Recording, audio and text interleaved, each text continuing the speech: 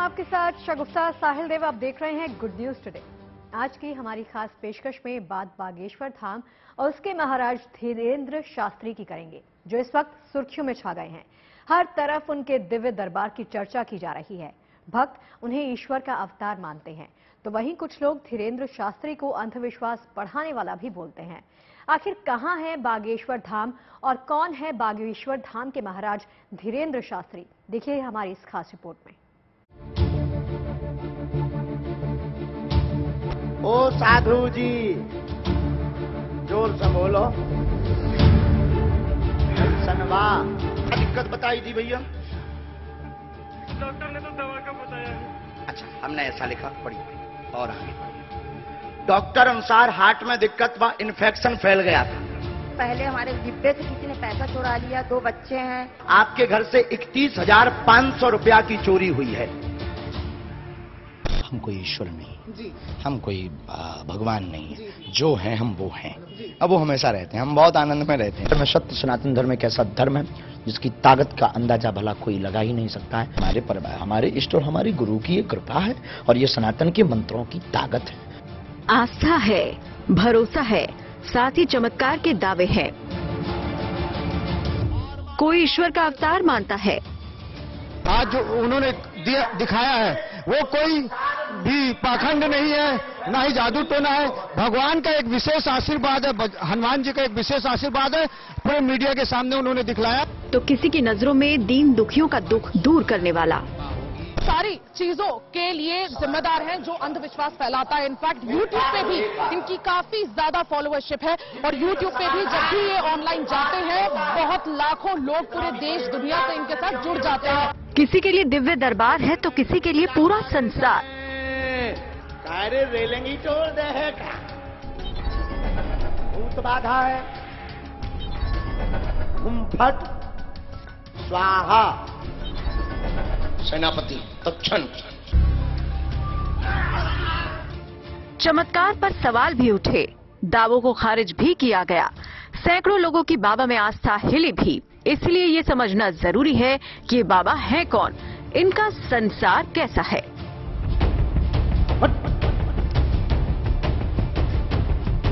पूरा घर बर्बाद कर दिया। महाराज पंडित धीरेंद्र कृष्ण शास्त्री को समझने के लिए चलना होगा मध्य प्रदेश के छतरपुर जिले में बने बागेश्वर धाम में।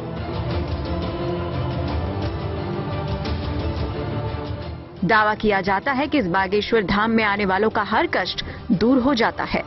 यहाँ आने वालों से कोई एंट्री फीस नहीं ली जाती। बुलावा न दावा न हम दक्षिणा लेते, तो अंधविश्वास तो हम फैला नहीं रहे। 2 क्लियर हो गए। लोगों के बताए बिना ही उनके बारे में सारी जानकारी हासिल कर लेने का दावा करने वाले। जब पीछे में बैठा हुआ है सुनील कुमार, आपकी अर्जी स्वीकार हो गई। पंडित धीरेंद्र शास्त्री के पास क्या वाकई में कोई करिश्माई शक्ति है? ये रहस्य है। ये आस्था और अंधविश्वास के बीच की वो महीन डोर है जिसे समझ पाना मुश्किल है।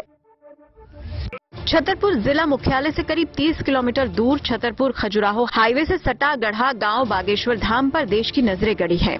यहीं पर दर्जनों कैमरों के बीच महज 26 साल के धीरेंद्र शास्त्री का दरबार सजा रहता है, जहां अर्जी लगाने वालों का मन पढ़ने लेने का दावा करते हैं बागेश्वर धाम के महाराज धीरेंद्र शास्त्री। अलग हो जाएं, तलाक की स्थिति बन रही है बराबर, अब तो श्योर है। बाबा बागेश्वर के दरबार में हर उम्र के लोग अपनी परेशानियां लेकर आते हैं। कोई बाबा के धाम में नौकरी की समस्या लेकर आता है तो कोई पुत्र रत्न की प्राप्ति की कामना लेकर पहुंचता है। किसी को भूत बला को दूर करना है तो कोई गृह कलेश से छुटकारा चाहता है। सनातन धर्म की रक्षा के लिए खड़े रहने का दावा करने वाले बागेश्वर धाम के महाराज की लोकप्रियता इतनी बढ़ गई है कि अब वो अपने बयानों को लेकर भी आए दिन सुर्खियों में बने रहते हैं। किसी भी हिंदू को मारने काटने की बात नहीं की, एकजुट करने की बात की। हिंदू जागो इसकी बात की। जो सनातन विरोधी है उनको बायकॉट करो। सोशल मीडिया पर भी ये हिट है। इनके छोटे छोटे वीडियो खूब वायरल होते हैं। इसकी एक वजह बुंदेली भाषा में अपनी कथाएं सुनाना भी है, जो इन्हें बाकी बाबाओं से अलग बनाता है। 2 साल पहले सोशल मीडिया से शुरू हुआ उनकी प्रसिद्धि का सफर 7 समंदर पार तक पहुंच गया। 14 जून 2022 को लंदन की संसद में उन्हें सम्मानित किया गया था। धीरेन्द्र कृष्ण शास्त्री की चर्चा इस कारण है कि उनके दिव्य दरबार में अर्जी लगाने वालों की भीड़ लगती है। आखिर इतने कम उम्र में कैसे पंडित धीरेन्द्र शास्त्री ने लोकप्रियता के आसमान को बौना साबित कर दिया? धीरेन्द्र शास्त्री ने कैसे लोगों को मन में ये बात बिठाई कि उनके पास करिश्माई ताकत है? इन सब सवालों का जवाब देंगे। आप बने रहिए गुड न्यूज टुडे के साथ। मार लगाई जाए ऐसे चमिटा। अब देखिए, महज 26 साल की उम्र में धीरेन्द्र शास्त्री देश भर में काफी मशहूर हो गए हैं। गांव के लोग ये बताते हैं कि एक वक्त हुआ करता था जब धीरेन्द्र के परिवार की आर्थिक स्थिति बहुत ज्यादा अच्छी नहीं थी, खाने तक के लाले रहते थे। वक्त ने करवट ली और धीरेन्द्र शास्त्री बागेश्वर धाम के महाराज बन गए और फिर उनका दिव्य दरबार भी सजने लगा, जहां दूर दूर से आए भक्त अपनी फरियाद लेकर उन तक पहुंचते हैं।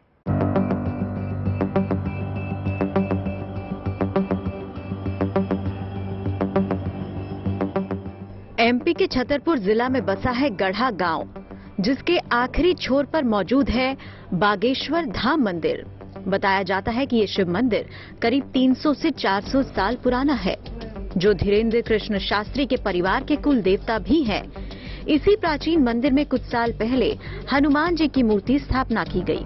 धीरेन्द्र कृष्ण शास्त्री इसे बालाजी पुकारते हैं। उनसे मुलाकात के लिए यहीं पर नारियल बांधकर अर्जी लगाई जाती है।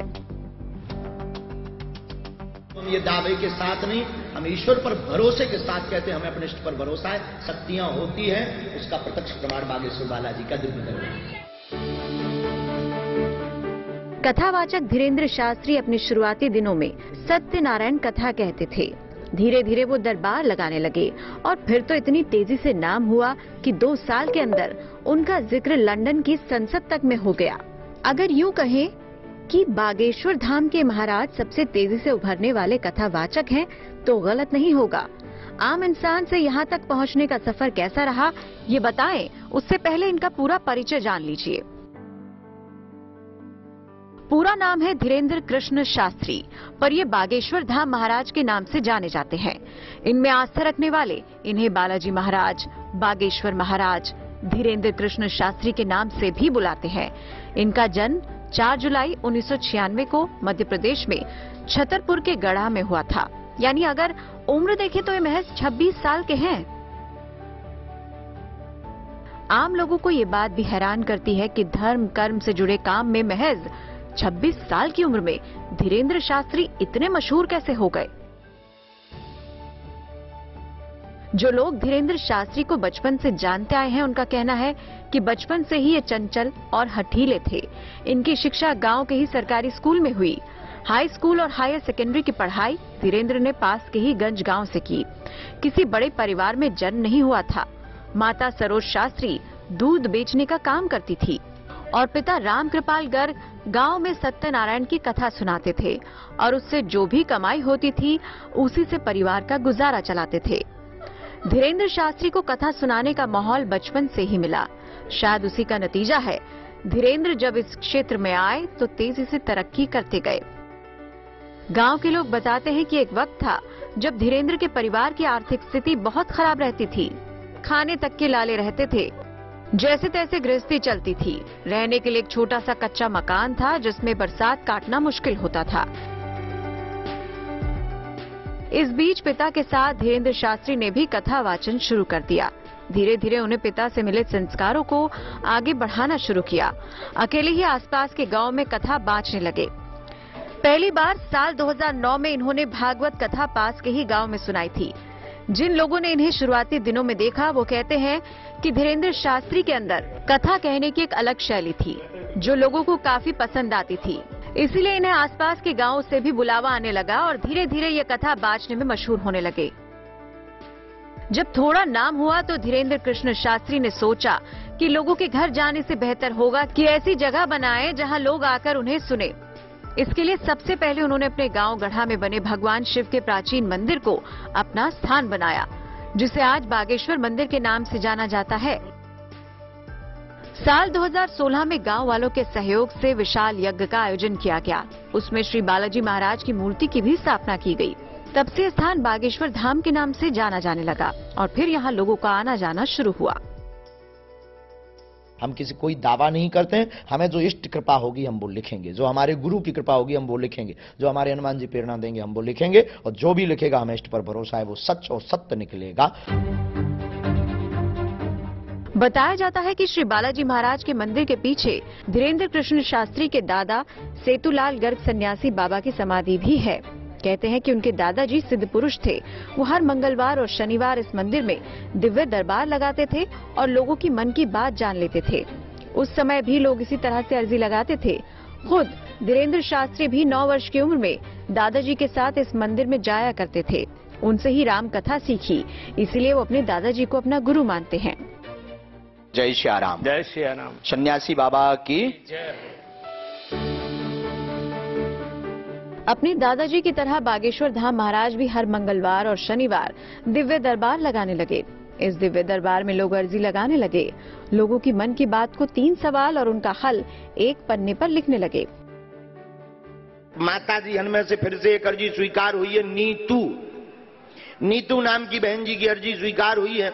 नीतू नाम की बहन जी पीछे में बैठी हुई हैं और हाँ गले में दुपट्टा डाले हुए नीतू नाम की बहन जी हैं। आ जावे पीछे से। जय हो नीतू, माइक उठाओ। यूपी से है गुरुजी। यूपी में कहाँ से? बस्ती जिला से। यहाँ किसी को आपने समस्या बताई? नहीं गुरुजी। किसी ने पूछा? नहीं। आपने नाम बताया था क्या? नहीं। पहली बार आए हैं? जी पहली बार आए। हमें नाम कैसे पता लग गया? आपको तो सब पता है गुरुजी। अरे सब हो तो काने का तो बालाजी को सब पता है। धीरेन्द्र शास्त्री की भागवत कथा आयोजन में आसपास के लोग बड़ी तादाद में जुटे। यहीं से शुरू हुआ धीरू पंडित के धीरेन्द्र कृष्ण शास्त्री बनने का सफर। उनके इस दिव्य दरबार का प्रसारण सोशल मीडिया के हर प्लेटफॉर्म पर होने लगा। इससे उनके दरबार में आने वालों की भीड़ कई गुना हो गई। धीरे धीरे कृष्ण शास्त्री का बागेश्वर धाम इतना मशहूर हो गया कि दुनिया से लोग अपनी पीड़ा लेकर पहुंचने लगे। बागेश्वर धाम हमेशा एक छोटी गदा लेकर चलते हैं। उनका कहना है कि इससे उन्हें हनुमान जी की शक्तियां मिलती रहती हैं। वो हनुमान जी की आराधना करने के लिए लोगों को प्रेरित करते हैं। ये इष्ट कृपा है, हमारे इष्ट और हमारे गुरु की ये कृपा है, और ये सनातन के मंत्रों की ताकत है। उसका अनुभव सबको करना चाहिए। बाबा बागेश्वर धाम महाराज का दावा है कि उनका हर काम सनातन धर्म की रक्षा के लिए होता है। धीरेन्द्र शास्त्री का कहना है कि वो उन लोगों को सही राह पर लाने की कोशिश करते हैं जो सनातन धर्म से भटक जाते हैं। उन्हें अपने धर्म की सही बातें बताकर असली राह दिखाते हैं। बाबा बागेश्वर की पूरी कहानी आस्था, विश्वास और भरोसे की डोर पर टिकी है, पर इस बार चोट इसी महीन डोर पर हुई है। Bureau report, good news today. Madhya Pradesh के एक छोटे से गांव गढ़ा से धीरेन्द्र शास्त्री का सफर शुरू हुआ। शुरुआत के दिनों में धीरेन्द्र शास्त्री सत्यनारायण कथा कहते थे। धीरे धीरे वो दरबार लगाने लगे और फिर तो इतनी तेजी से नाम फैला कि 2 साल के अंदर उनका जिक्र लंदन की संसद तक में हो गया। अगर यूं कहें कि बागेश्वर धाम के ये महाराज सबसे तेजी से उभरने वाले कथावाचक हैं तो शायद गलत नहीं होगा। माता जी हनुमान से फिर से एक अर्जी स्वीकार हुई है। नीतू, यहाँ किसी को आपने समस्या बताई? नहीं गुरुजी। किसी ने पूछा? नहीं। चल नहीं पाती बच्ची, दिक्कत है, नसें टेढ़ी हैं, जन्मजात दिक्कत है, इसको जन्मजात समझ जा। दुकान नहीं करना चाहते, परिवार का कलेश ठीक हो जावे, मंगल काज संपन्न हो जावे, स्थायी रोजगार मिल जावे, आदि आदि आदि 11 प्रश्न लेकर के तुम आए। सोशल मीडिया और इंटरनेट के दौर में धीरेन्द्र शास्त्री उर्फ बागेश्वर धाम महाराज की ख्याति तेजी के साथ फैली है। कथावाचन और चमत्कारों के छोटे छोटे क्लिप्स तेजी के साथ वायरल होते हैं, लाखों व्यूज भी मिलते हैं। और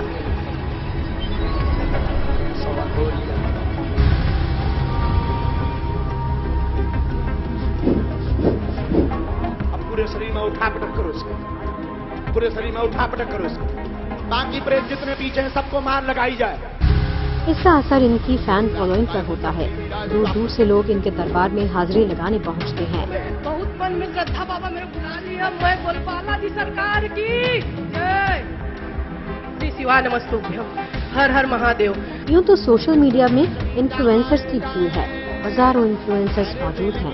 इनके बीच में बागेश्वर महाराज तेजी के साथ अपनी अलग पहचान और जगह बना रहे हैं। जो लोग सोशल मीडिया को समझते हैं, उनका मानना है कि बागेश्वर धाम के महाराज की शैली उन्हें औरों से अलग बनाती है और यही वजह है कि वो जनता के बीच तेजी के साथ पॉपुलर हुए। राम कथा कहने का इनका अंदाज बाकियों से हटकर है। कथा वाचन का इनका तरीका इन्हें अपने भक्तों से जोड़ता है। इसलिए आज देश विदेश से हजारों की तादाद में लोग कथा सुनने और दिव्य दरबार में शामिल होने के लिए आते हैं।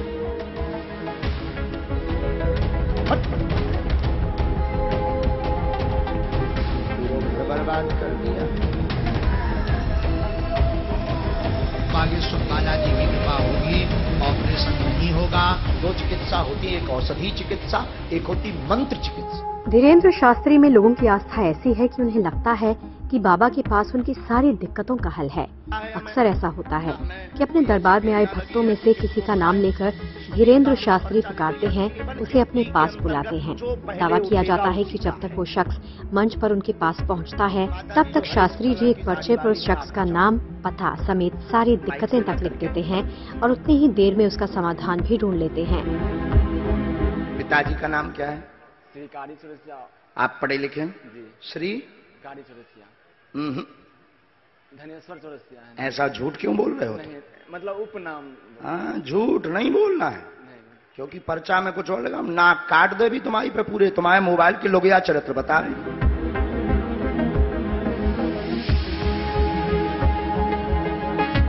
मन की बात जानने और उसका समाधान बताने को भक्त चमत्कार मानते हैं, पर कुछ लोग सवाल भी उठाते हैं।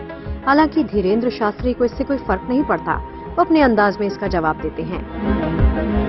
हम अंधविश्वास कब फैला रहे जब दक्षिणा ही नहीं लेते, तो अंधविश्वास कैसा?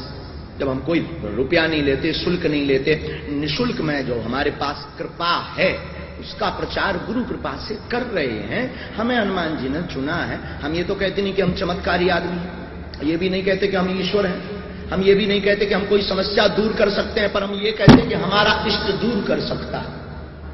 जैसे माता पिता अपने पुत्र की तबीयत खराब होने पर प्रार्थना करता है, तो हम गुरु के नाते पूरे विश्व की प्रार्थना करते हैं।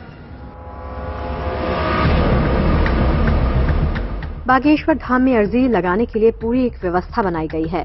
सबसे पहले छतरपुर जिले के बागेश्वर धाम में भक्त जाते हैं, वहां उन्हें एक टोकन दिया जाता है। टोकन हासिल करने के लिए उस शख्स को किसी खास दिन बुलाया जाता है। उस दिन टोकन पाने के लिए उसे लाल कपड़े में एक नारियल बांधकर वहां रखना होता है। दावा है कि बागेश्वर धाम में अर्जी लगाने वालों की कतार लंबी है, इसीलिए नंबर आने में महीनों लग जाते हैं। जब धाम में भक्त दूर दूर से आने लगे तो पंडित धीरेन्द्र शास्त्री ने अपने कथा वाचन और दिक्कतों के निदान का विस्तार शुरू किया। बागेश्वर धाम दरबार से बाहर निकलकर दूर दराज के शहरों और कस्बों तक पहुंचने लगे। देश विदेश की यात्राएं शुरू कर दी। भक्तों के बुलावे पर बागेश्वर महाराज लंदन तक गए।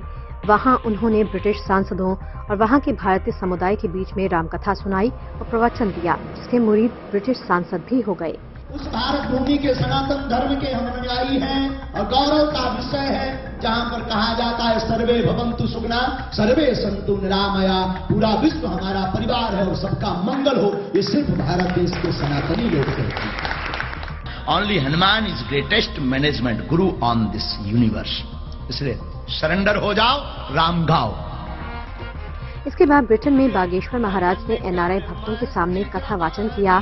वहां अंग्रेज पुलिस वालों को भी राम नामी पट्टा पहनाया और भगवान हनुमान की महिमा बताई।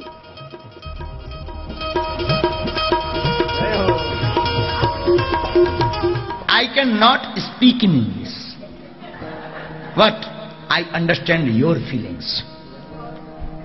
हम आपकी भावना से बहुत सुंदर स्वागत, वेलकम टू यू हनुमान कथा। भी रुको, प्लीज वेट, प्लीज। बागेश्वर महाराज की शैली का, उनके दावों का विरोध भी होता है और सवाल भी उठते हैं, और इन सब से परे एक सच ये है कि बागेश्वर धाम में हर वक्त बड़ी तादाद में भक्त मौजूद रहते हैं, जिन्हें ये विश्वास होता है कि बागेश्वर महाराज उनके सारे दुखों को हर लेंगे। पर्चे में 11 प्रश्न लिखे हैं total. Bureau report, good news today.